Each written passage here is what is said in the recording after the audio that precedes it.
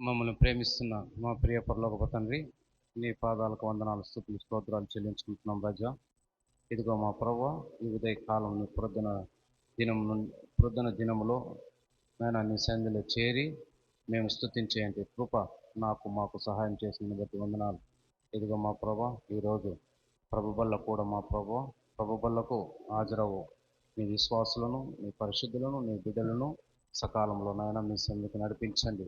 వారికి మార్గాన్ని ఇబ్బందులను సరళం చేయండి. ఏ వ్యక్తిగత కారణాల చేతైనను సాతాను అడ్డగించినదల్లా మా ప్రభువా, మీ ఆత్మతో, మీ పరిశుద్ధాత్మతో వారి మార్గాన్ని సరళం చేసి మా తండ్రి త్వరగా నీ సన్నిధికి పరిగెత్తే పరుగును వారికి సహాయం చేయండి.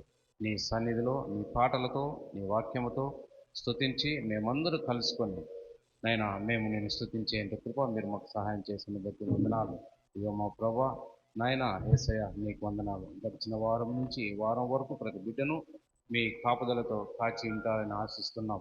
యేసయ్య నీకు వందనాలు. ఏ నైనా ఆశతో, కోరికతో మీ సన్నిధిలో నైనా అడుగు పెడుతున్నారు ప్రతి బిడ్డను మీరు ఆశీర్వదించండి. ఇదిగో మా ప్రభా, జరగబో ఆరాధన ఎంతనో మీరు ఉండండి. ఆది నుంచి అంతం వరకు మీ కృప, మీ సన్నిధి మా పట్ల సహాయం చేసి కాపాడి దీవించదు అని మా ప్రభైన క్రీస్తునామం పేరిట ప్రార్థించి వేడుకొంచున్నాము తండ్రి, ఆమేన్. నేనేమై ఉన్నాను, నాకేమున్నను, కేవలం నీ కృపే యేసయ్యా, యేసయ్యా,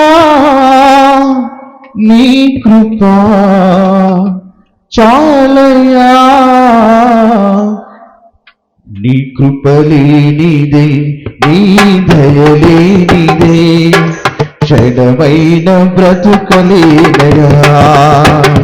నీ కృపలేనిదే, నీ దయలేనిదే, క్షణమైన బ్రతుకలేనయా. నేనేమై ఉన్నాను, నాకేమున్నను, కేవలం నీ కృపే. నేనేమై ఉన్నాను, నాకేమున్నను, కేవలం నీ కృపే యేసయ్యా, యేసయ్యా, నీ కృపా చాలయ్యా. యేసయ్యా, యేసయ్యా, నీ కృపా చాలయ్యా. నీ కృపలేనిదే, నీ దయలేనిదే, క్షణమైన బ్రతుకలేనయా. నీ కృపలేనిదే, నీ దయలేనిదే, క్షణమైన బ్రతుకలేనయా. నాశనకరమైన గోతిల నుండి కరుణెవరెత్తినది నీ కృపా. నాశనకరమైన గోతిల నుండి కరుణెవరెత్తినది నీ కృపా. నీ కృపలోనే నా జీవితం అరవరకు కొనసాగించేదన్. నీ కృపలోనే నా జీవితం అరవరకు యేసయ్యా, యేసయ్యా, నీ కృపా చాలయ్యా. యేసయ్యా, యేసయ్యా, నీ కృపా చాలయ్యా. నీ కృపలేనిదే, నీ దయలేనిదే, క్షణమైన బ్రతుకలేనయా. నీ కృపలేనిదే, నీ దయలేనిదే, క్షణమైన బ్రతుకలేనయా. ఎదుకులేని నాకు సర్వము నీవై ఆదరించినది నీ కృపా. ఎదుకులేని నాకు సర్వము నీవై ఆదరించినది నీ కృపా. మాటేరాని నాకు రాగమిచ్చినావు, నీ కృపను చాటే ధన్యతిచ్చావు. మాటే మాటేరాని నాకు రాగము నీచి నీ కృపను చాటే ధన్యతిచ్చావు యేసయ్యా యేసయ్యా నీ కృప చాలయ్యా యేసయ్యా యేసయ్యా నీ కృప చాలయ్యా నీ కృప లేనిది నీ దయ లేనిది క్షణమైన బ్రతుకలేనయ్యా నీ కృప లేనిది నీ దయ లేనిది క్షణమైన బ్రతుకలేనయ్యా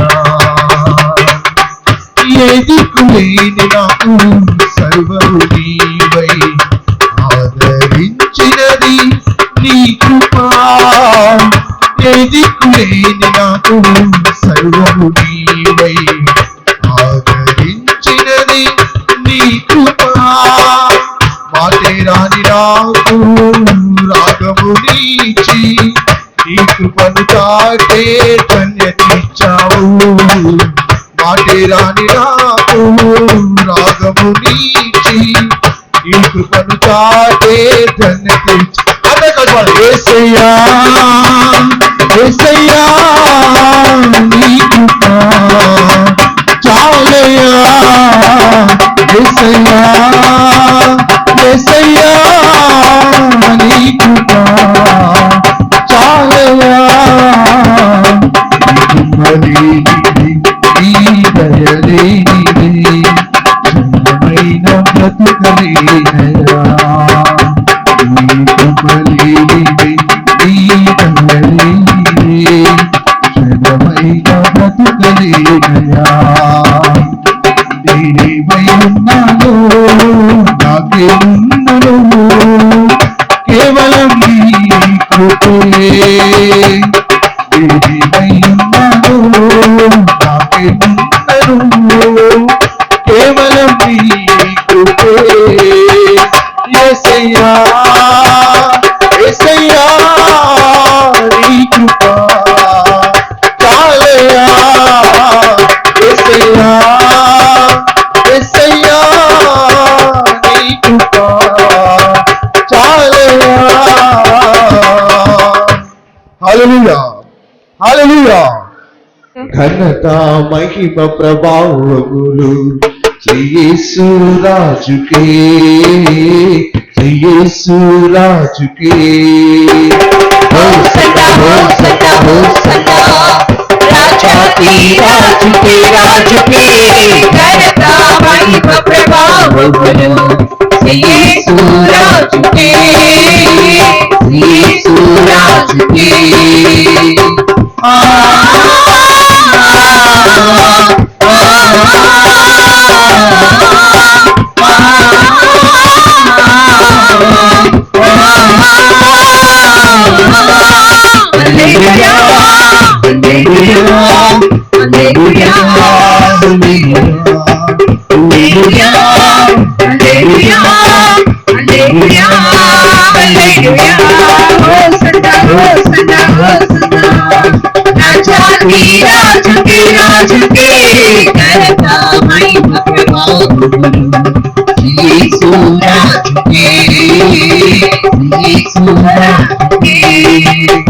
స్తుతులకు పాత్రుడవైన పరిశుద్ధ దేవుడవు నీవు సర్వోన్నత ఫలములను కొనియాడబడినవు నీవు స్తుతులకు పాత్రుడవైన పరిశుద్ధ దేవుడవు నీవు సర్వోన్నత ఫలములను కొనియాడబడినవు నీవు యుగయుగాలలో జీవించు ప్రభువా జగజగాలలో మహాదేవుడా యుగయుగాలలో జీవించు ప్రభువా జగజగాలలో మహాదేవుడా హోసన్నా హోసన్నా హోసన్నా రాజాది రాజుకే రాజుకే ఘనత మహిమ ప్రభావములు యేసు రాజుకే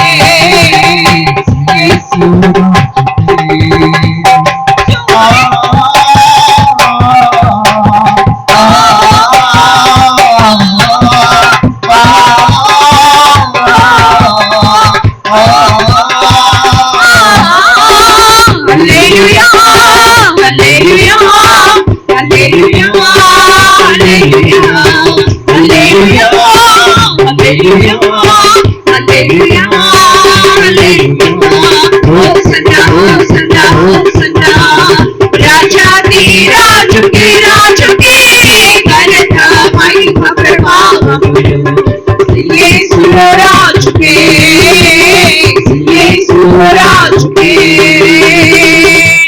హల్లెలూయా హల్లెలూయా హల్లెలూయా హల్లెలూయా. బాగున్నారు అందరూ?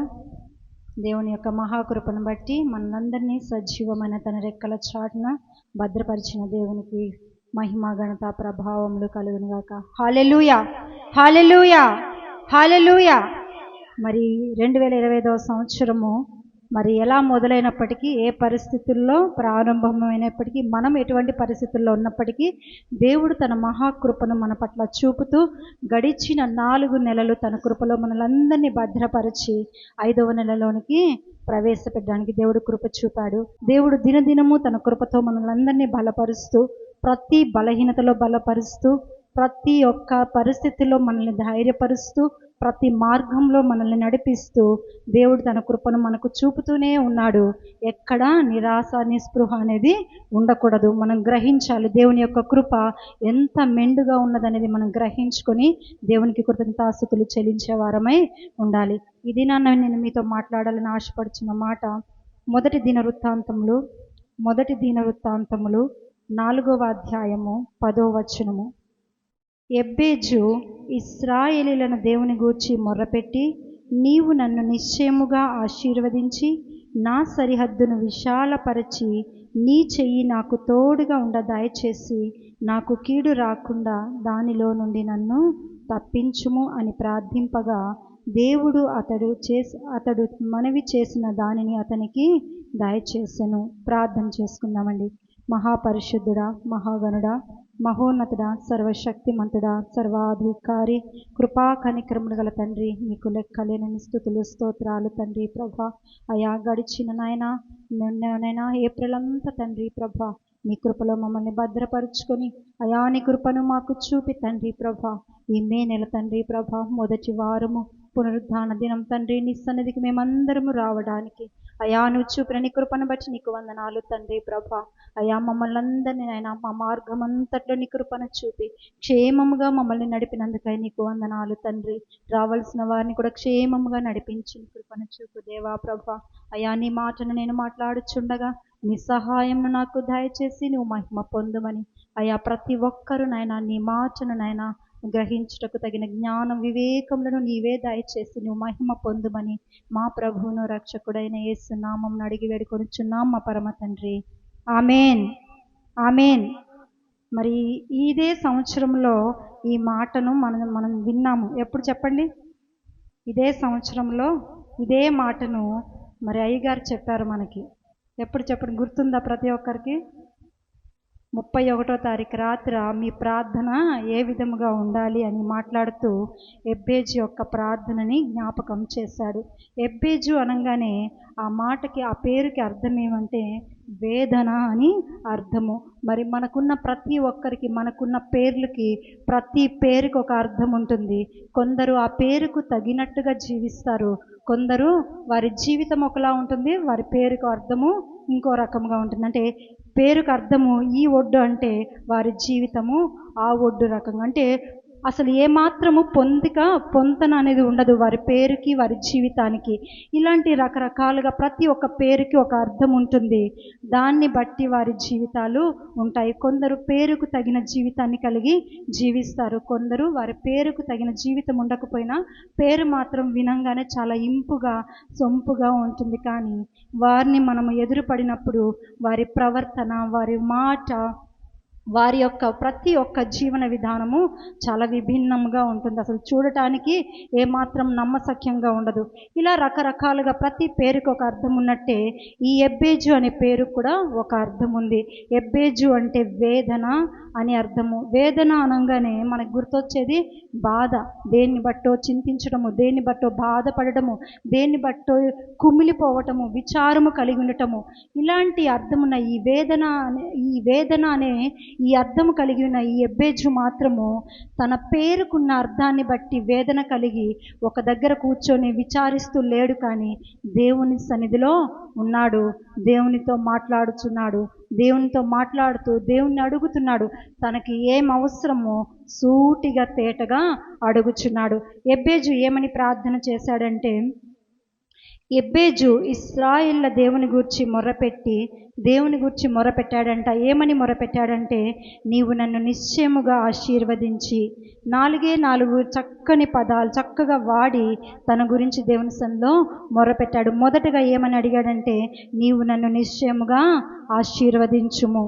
ప్రతి ఒక్కరూ నా పేరునున్న అర్థాన్ని బట్టి నా వైపు చూస్తున్నారు, కానీ దేవా, నువ్వు నన్ను ఎరిగిన వాడవు, నన్ను రూపించిన వాడవు, నన్ను నిర్మించిన వాడవు. కనుక ఏమని అడుగుతున్నాడంటే, నీవు నన్ను నిశ్చయముగా ఆశీర్వదించు. ఏ విధముగా ఆశీర్వదించమని అడుగుతున్నాడు అంటే, ఆధ్యాత్మిక జీవితానికి కావలసిన ఆశీర్వాదము కావాలని అడుగుచున్నాడు. నా యొక్క మనస్సు నీ వైపు ఉంటే నేను దేన్ని బట్టి చింత కలిగి నేను ఉండను, బాధను కలిగి నేను ఉండను, భయమును కలిగి నేను ఉండను, వేదనను కలిగి నేను ఉండను, విచారములో నేను ఉండను. కనుక నువ్వు నన్ను నిశ్చయముగా ఆశీర్వదించు.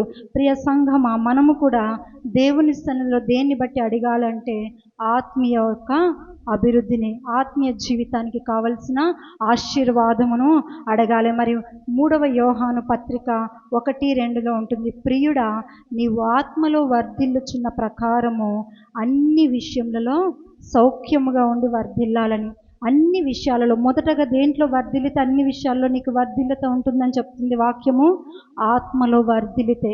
మరి నువ్వు నన్ను నిశ్చయముగా ఆశీర్వదించయ్యా, నా ఆధ్యాత్మిక జీవితంలో నేను వర్ధిల్లుతాను, నా ఆధ్యాత్మిక జీవితంలో నేను స్ట్రాంగ్గా అంటే మరి గట్టిగా నేను నిన్ను పట్టుకొని ఉంటే నేను ఏ పరిస్థితిలోనైనా నిలవబడగలను. భౌతికమైన జీవితంలో కలుగుతున్న ప్రతి ఒక్క శ్రమలోను, వేదనలోను, చింతలోను, బాధలోను, అన్నిటిలో కూడా నేను ధైర్యంగా ఉండగలను. నా మనసు కూడా ధైర్యంగా ఉండగలదు. కనుక నువ్వు నన్ను నిశ్చయముగా ఆశీర్వదించుమని అడిగాడు. మరి జీవితంలో, ఆత్మీయ జీవితంలో ఎదుగుదలను దేవుని సన్నిధిలో నీవు అడిగితే, దేవుడు నీ ఆత్మీయ జీవితంలో నీవు వర్ధిల్లుచున్న ప్రకారము నీకున్న సమస్తమైన అన్ని విషయములలో ఏ అవసరత ఉంది, ఏ అక్కర్లుంది, నువ్వు ఎక్కడికి వెళ్ళి పని చేస్తున్నావు, ఎవరి మధ్యలో నువ్వు జీవిస్తున్నావు, ఎటువంటి పరిస్థితులు నిన్ను వెంటాడుతున్నాయి, వీటన్నిటిలో కూడా నీకు జయాన్ని దయచేస్తాడు. ఎప్పుడు అంటే నువ్వు దేవుని సన్నిధిలో ఆత్మీయ జీవితంలో మంచి ఎదుగుదల, ఆశీర్వాదమును నువ్వు దేవుని సన్నిధిలో అడిగినప్పుడు దేవుడు భౌతికమైన జీవితంలో కూడా చక్కని ఆశీర్వాదమును కలగజేస్తాడు. అంత మాత్రమే కాదు, 1 పేతురు పత్రిక 5:6 ఉంటుంది, తగిన సమయమందు దేవుడు మనల్ని హెచ్చించేవాడు. ఎప్పుడు? తగిన సమయమందు. ఈ రాత్రికే నేను గొప్పదాన్ని అయిపోదాము, ఈ రాత్రికే నేను గొప్పవాడిని అయిపోవాలంటే అవ్వలేము. కానీ ఒకవేళ అన్యాయము ద్వారా జరగొచ్చేమో, కానీ న్యాయము జరిగించే దేవుని వలన అయితే ఒక్క రాత్రే కాదు, కానీ తగిన సమయమందు నిన్ను హెచ్చించే దేవుడు. కనుక తగిన సమయమందు హెచ్చింపబడులాగున, తగిన సమయమందు ఉన్నతమైన స్థానంలో మనము నిలబడాలంటే దేవుని యొక్క సమయాన్ని మనము ఎరిగిన వారమై ఉండాలి. ఆత్మీయ జీవితంలో వర్ధిల్లుతున్నప్పుడు తగిన సమయమందు మనల్ని దేవుడు హెచ్చిస్తాడు. తగిన సమయమందు నేను హెచ్చింపబడేలాగున తండ్రి, నీ బలమైన చేతి కింద, నీ బలిష్టమైన చేతి కింద నేను ఎలా ఉండాలి? దీన మనస్కురాలనై ఉండేలాగా అట్టి కృపను నాకు దయచేయ. ఈరోజు నాకు హెచ్చక మంచి స్థితిలో నేను ఉన్నానని గర్వించకుండా నిన్ను బట్టి మాత్రమే నేను అతిశయపడాలి. లోకంలో నాకున్న దేన్ని బట్టి నేను అతిశయించకూడదయ్యా, నిన్ను బట్టి మాత్రమే నేను అతిశయిస్తున్నప్పుడు ఎలా ఉంటుందంటే రోజు రోజు కూడా వృద్ధి కలుగుతూనే ఉంటుంది. నీ పనిలో ఆశీర్వాదం అన్నది అలాగ వస్తూనే ఉంటుంది. అది ధారాళముగా దయచేసే దేవుడు కనుక ధారాళముగా దయచేస్తాడు. కనుక దేవుని సన్నిధిలో మనము ఆత్మీయ జీవితంలో బలపడగలిగితే, ఆత్మీయ జీవితంలో ఆశీర్వాదమును పొందాలనే ఆశ మనలో ఉంటే దేవుడు తగిన సమయమందు మనల్ని హెచ్చించే దేవుడు. ఏ సమయానికి ఏది అవసరమో, ఏ సమయంలో ఏ పరిస్థితిలో నువ్వు ఎలా ఉండాలో కూడా దేవునికే తెలుసు. కనుక ఆయన కన్నులు ప్రతి దానిని చూస్తున్నాయి. కనుక మరి దేవుడు తగిన సమయమందు నిన్ను హెచ్చించే దేవుడు. అంత మాత్రమే కాదు, ఇంకా ఎబ్బేజు ఏమని ప్రార్థన చేస్తున్నాడంటే, నా సరిహద్దును విశాలపరచు. నా సరిహద్దును విశాలపరచు అంటే మరి భౌతికముగా అయితే మనము మన ఇంటి సరిహద్దులను వెడల్పుగా చేసుకుంటూ వెళ్తూ ఉంటాము. ఎవరు అడిగేవారు లేదనుకోండి, గవర్నమెంట్ మెయిన్ రోడ్డు వరకు కూడా అలాగ వచ్చేస్తూ ఉంటాం. మన సరిహద్దు పెరిగిపోతూ ఉంటుంది. సంవత్సరం మన ఇంటి చుట్టూ ఉండే కంచె కొద్ది కొద్దిగా అలా జరిగిపోతూ ఉంటుంది, అడిగేవాళ్ళు ఎవరు లేకపోతే. అలాంటి సరిహద్దు కాదు ఇక్కడ. ఆత్మీయ జీవితంలో నా సరిహద్దును విశాలపరచు. అయ్యా, నేను ఒక్కదాన్ని నీ సన్నిధికి వస్తున్నాను, కానీ ఇంకొకసారికి నా కుటుంబంతో రావాలి, ఇంకొకసారికి నా బిడ్డలతో రావాలి, ఇంకొకసారికి నా చుట్టుపక్క ఉండేవారిని నేను నీ సన్నిధికి తీసుకురావాలి. నా సరిహద్దును విశాలపరచు. సరిహద్దు విశాలపరచబడినప్పుడు అది నీ సొంతమే కదా. ఎవరు అడగనప్పుడు అది నీ సొంతంగానే ఉండిపోతుంది. దాని మీద ఎవరికి హక్కు ఉండదు, నీకే హక్కు ఉంటుంది. కనుక నువ్వు ఎంతమందిని దేవుని సన్నిధికి నడిపిస్తే అన్ని ఆత్మలకు నీవు నీ సరిహద్దును అంత విశాలముగా చేసుకున్న దానివి అవుతావు. కనుక ఆత్మీయ జీవితంలో విశాలత కావాలి. కనుక నా సరిహద్దును విశాలపరచుము. అంత మాత్రమే కాదు, ఆత్మీయ జీవితంలో మన యొక్క సరిహద్దు విశాలపరచడం అంటే మరి లోతైన విశ్వాసాన్ని కలిగి జీవించాలి. మన విశ్వాసము లోతుగా నాటబడాలి. లోతుగా నాటబడినప్పుడు తుఫాను వస్తుంది, వరద వస్తుంది, అన్నీ వచ్చినప్పుడు ఆ ఇల్లు పడిపోయిందా? లేదు. ఎక్కడుంది ఆ ఇల్లు? బండనే క్రీస్తు పైన కట్టబడి ఉంది కనుక ఆ ఇల్లు పడిపోలేదు. ఆ ఉపమానము సువార్తల్లో ఉంది కనుక చెప్తున్నాను. కనుక మన విశ్వాసం ఎలా ఉండాలంటే లోతుగా నాటబడి ఉండాలి. ఏ విధముగా అంటే మరి కీర్తనలో ఉంటుంది, 92వ కీర్తన 12వ అధ్యాయము, లెబానోను మీరు దేవదారు వృక్షము వలె, దేవదారు వృక్షం వలె దాని వేర్లు ఎంతో లోతుగా నాటబడి ఉంటాయంట. ఎంత తుఫాను వచ్చినా అది కదలదు. మరి చాలా స్థిరముగా స్ట్రాంగ్గా నిలబడి ఉంటుంది. ఎటువంటి పరిస్థితులు అయినప్పటికీ మరి ఎంతో చక్కగా నిటారుగా నిలబడి ఉంటుంది ఆ వృక్షము. కనుక అటువంటి విశ్వాస జీవితాన్ని మనము కలిగి జీవించాలయ్యా. నా సరిహద్దును విశాలపరచు అని దేవుని సన్నిధిలో విశ్వాసంతో నీవు అడిగినప్పుడు, నీ యొక్క ఆత్మీయ జీవితంలో విశాలతను నీవు అడిగినప్పుడు, అయ్యా నా కుటుంబం అంతా నీ సన్నిధిలో ఉండాలి, నా యొక్క బంధుమిత్రులందరూ నీ సన్నిధిలో ఉండాలి అని నీవు అడిగినప్పుడు ఒక్కొక్కరుగా దేవుణ్ణి నడిపిస్తారు. మరి నేను చెప్తూ ఉంటాను కదా, ఎప్పుడు నా తల్లి బంధువులందరూ హిందువులే, అందరూ అన్యులే. ఆ గ్రామంలో నా తల్లి ఒక్కరితే దేవుని నమ్ముకున్నది. మా అమ్మమ్మ తాతయ్య కూడా పూజలు, విగ్రహారాధనలు, భయంకరమైన బలులు చేసేవారు. మరి ఏదైనా ఒక మేకపోతుని తీసుకెళ్ళి బలి ఇచ్చినప్పుడు నన్ను మా చెల్లెల్ని కూడా తీసుకెళ్ళేవారు. ఎందుకంటే మా అమ్మ నాన్న పనులకు వెళ్ళిపోయేవారు, ఎవరి ఇంట్లో ఉండేవారు కాదు. మమ్మల్ని తీసుకెళ్ళి మమ్మల్ని ఒక మూలలో పెట్టేవారు. ఎందుకంటే ఆ బిడ్డలు ఇక్కడికి రారు, ఆ బిడ్డలు వేరే బిడ్డలు, వారి దేవుడు వేరేవాడు, వారి దేవుడికి ఇవన్నీ ఇష్టం ఉండవని చెప్పేవారు. కానీ వారు దేవుణ్ణి నమ్మేవారు కాదు. మమ్మల్ని ఆ చివారిని ఎవరో ఒకరి ఇంట్లో పెట్టి ఈ బలులు జరిగే పూజల్లో మా అమ్మమ్మ తాతయ్య పాల్గొనేవారు. అక్కడ వండిన వంట వారు తిని మా కోసం అక్కడ ప్రత్యేకంగా వండించి మాకు పెట్టేవారు. కానీ వారు దేవుణ్ణి ఎరగలేదు. చాలా సంవత్సరాల తర్వాత ఎరిగారు, కానీ మేము మాత్రమే దేవుని ఎరిగిన వారంగా ఇప్పటి వరకు కూడా స్థిరముగా ఉన్నాము. కనుక దేవుని పైన ఆధారపడితే మా బంధువులు ఎవరు మా ఇళ్ళకి రారండి. ఎందుకంటే వీరు ఏమి చెయ్యరు, వీరేమి పెట్టుకోరు, వీరికి ఏమీ అవసరం లేదు. వీరికి ఒక్క ప్రార్థన, చర్చి, ఆదివారం చర్చి, లేకపోతే వీళ్ళ పనులు. కనుక వీళ్ళతో ఏ సరదా ఉండదు, ఏ ఎంటర్టైన్మెంట్ ఉండదు అని ఎవరు మా ఇళ్ళకి రారు. మా అక్క చెల్లెళ్ళు ఉంటారు కదా, మా పెద్దమ్మ పిన్ని పిల్లలు, వాళ్ళు మా దగ్గరకు వచ్చిన మాట్లాడడానికి ఏమీ ఉండదు. ఎందుకు అంటే మన మార్గము వేరే మార్గము, మనం ప్రత్యేకింపబడిన వారము. కనుక లోకరీతిగా మన మాటలు ఉండవు, లోకరీతిగా మన ఆలోచనలు ఉండవు. కానీ వాటి దేన్ని బట్టి మేము ఏ రోజు విచారించలేదు. మాకు అక్క చెల్లెళ్ళు ఉన్నారు, కానీ మా దగ్గరికి రావటం లేదేంటి, మాతో ఆడటం లేదేంటి, మాతో మాట్లాడటం లేదని ఏ రోజు మేము బాధపడలేదు. ఎందుకు అంటే జీవము కలిగిన దేవుని కలిగి మేమున్నాము. ఆయన మా బంధువు, మా బలము. నీవు కూడా ఒంటరిగా దేవుణ్ణి ఎరిగి మాత్రమే జీవిస్తే దేవుడే నీ బంధువు, నీ బలము. కనుక దేవుని నీవు ఆధారం చేసుకుంటే ఎలాంటి స్థలంలోనైనా నీవు ఒంటరిగా ఉన్న దేవుడు తన బలముతో, తన శక్తితో నిన్ను నిలవబెడతాడు. కనుక ప్రియ సంఘమా, వాక్యము కరువయ్యే దినాలు వస్తున్నాయి. వాక్యం ఎక్కడా ఇంత స్వేచ్ఛగా దొరకదు, ఎక్కడ ఇంకా దొరకదు.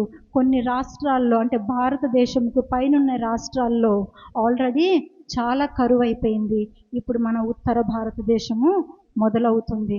ఆ యొక్క చట్టం వస్తే వాక్యము చాలా కరువైపోతుంది. కనుక ఈ బైబిల్లో ఉన్న వాక్యము నీకు చదవటం రాకపోతే దేవుని సన్నిధికి నువ్వు ఎన్ని సంవత్సరాల నుంచి నడిపింపబడుతున్నావు, ఎన్ని మాటలు నువ్వు వింటున్నావు, అనేకమైన వాగ్దానాలు నువ్వు వింటున్నావు.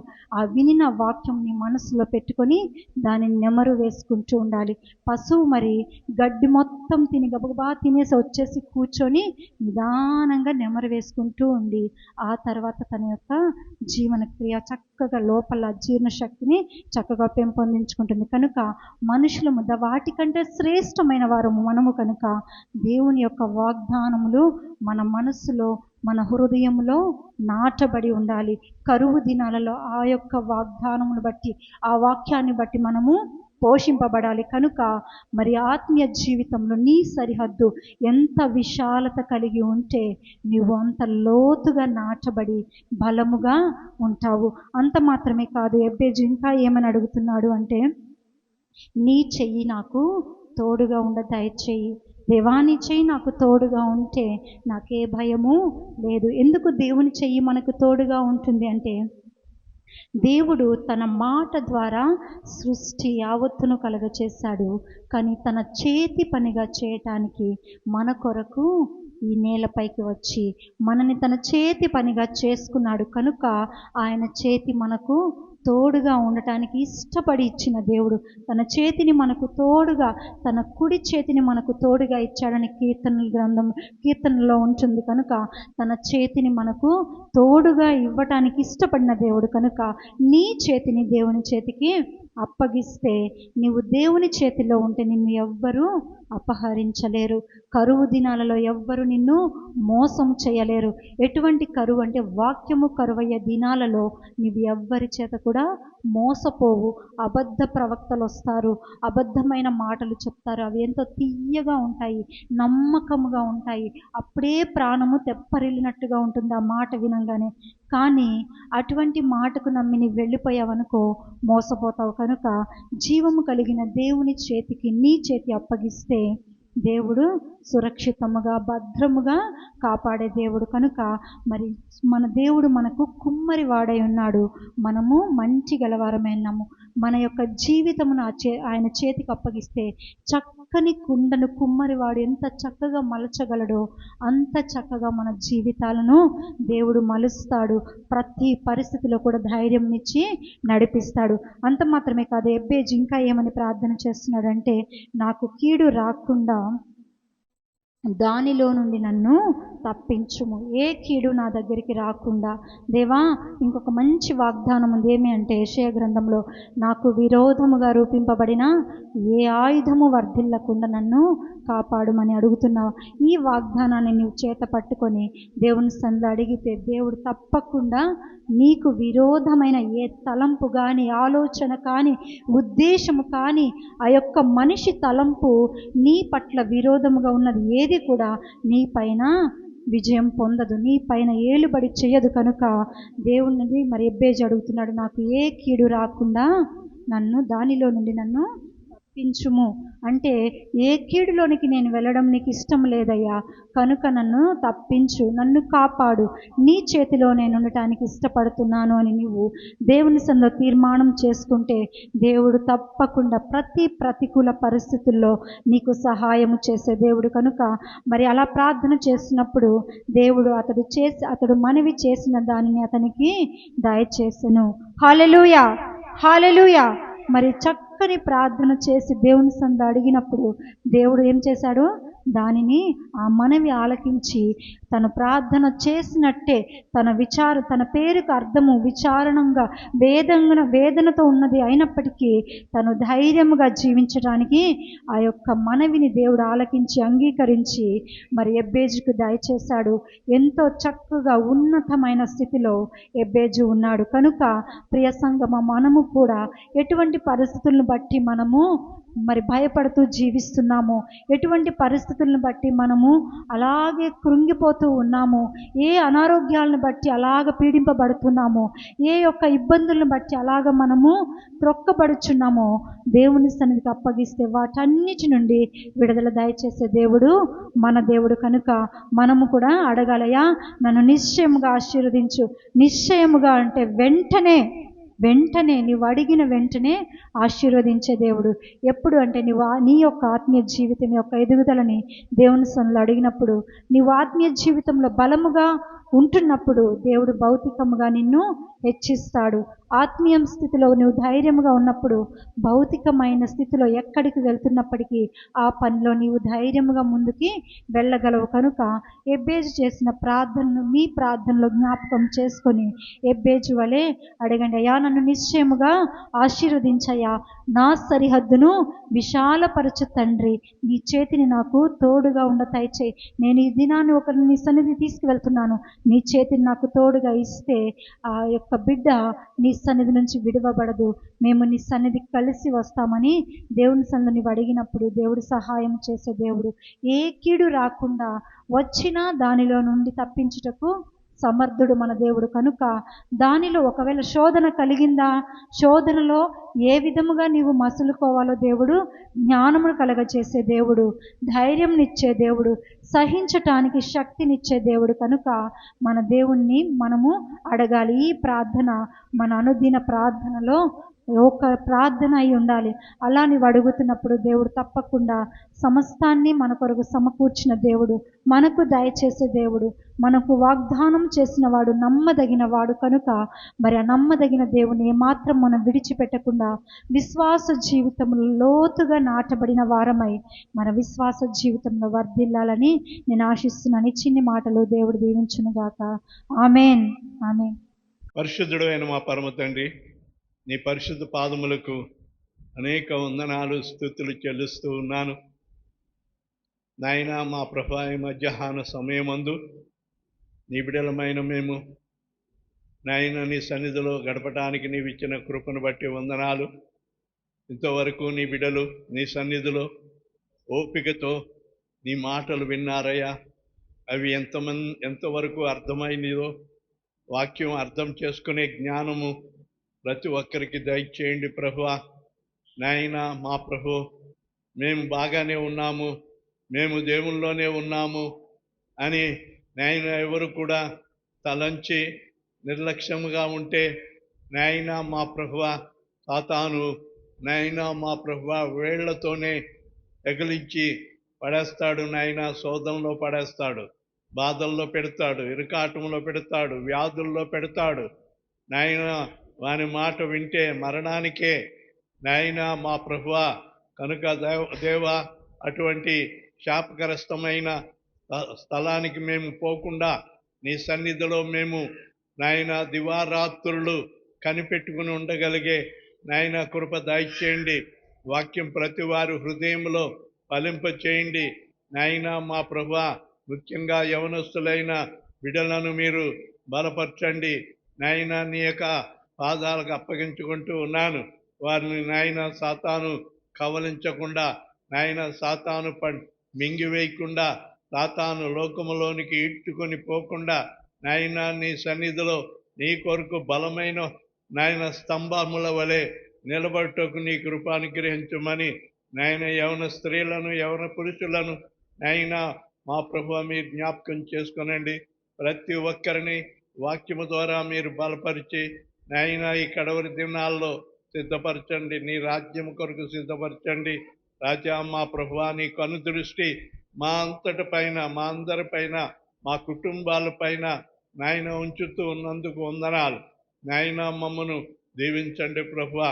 ఈ వాక్యము ద్వారా మేము బలపట్టకు నీ కృప దయచేయండి నాయన. నీ సన్నిధిలో సమర్పింపబడిన కానుకలను మీరు అంగీకరించి నాయన ఏమేమి తీసుకుని వచ్చి నీ సన్నిధిలో నాయన సమర్పించినారో వాటికి 30 60 100 ప్రతిఫలము దయచేయమని మనవి చేసుకుంటూ ఉన్నాను. దేవా మా ప్రభువా, ప్రతి కుటుంబాన్ని జ్ఞాపకం చేసుకునండి. ఎండ దెబ్బ వడగాల్పు ఎవరికి తగులకుండా ప్రతి ఒక్కరి నీ సెకీనా మేఘముంచి నాయన ఈ వారమంతా నీ రెక్కల చాటును భద్రపరిచి కాపాడవలసిందని నజరేయుడైన యేసయ్య నామములో వేడుకొనుచున్నాను తండ్రి. ఆమేన్, ఆమేన్. అందరూ లేచి నిలువబడి స్తుతి కీర్తన పాడుకొని ఆశీర్వాదంతో సెలవు తెచ్చుకుందాం. రాజనీకే స్తుతి స్తోత్రములు, గీతములు మంగళధ్వనులు. రాజని స్తుతి స్తోత్రములు, గీతములు మంగళధ్వనులు. శుభము శుభము శుభము నిత్యము, హల్లెలూయా ఆమేన్ ఆమేన్. శుభము శుభము శుభము నిత్యము, హల్లెలూయా ఆమేన్ ఆమేన్. స్తోత్రింతుము నిన్ను మాదు తండ్రి, సత్యముతో ఆత్మతో నిపుడు. మన తండ్రి అయిన దేవుని ప్రేమ, ప్రభు అయిన యేసుక్రీస్తు వారి యొక్క కృప, పరిశుద్ధాత్మని యొక్క నిత్య సహవాసము, సమాధానము కూడి వచ్చిన మనకును మన కుటుంబాలకు సదా తోడైండును గాక. ఆమేన్, ఆమేన్. Praise the Lord. God bless you.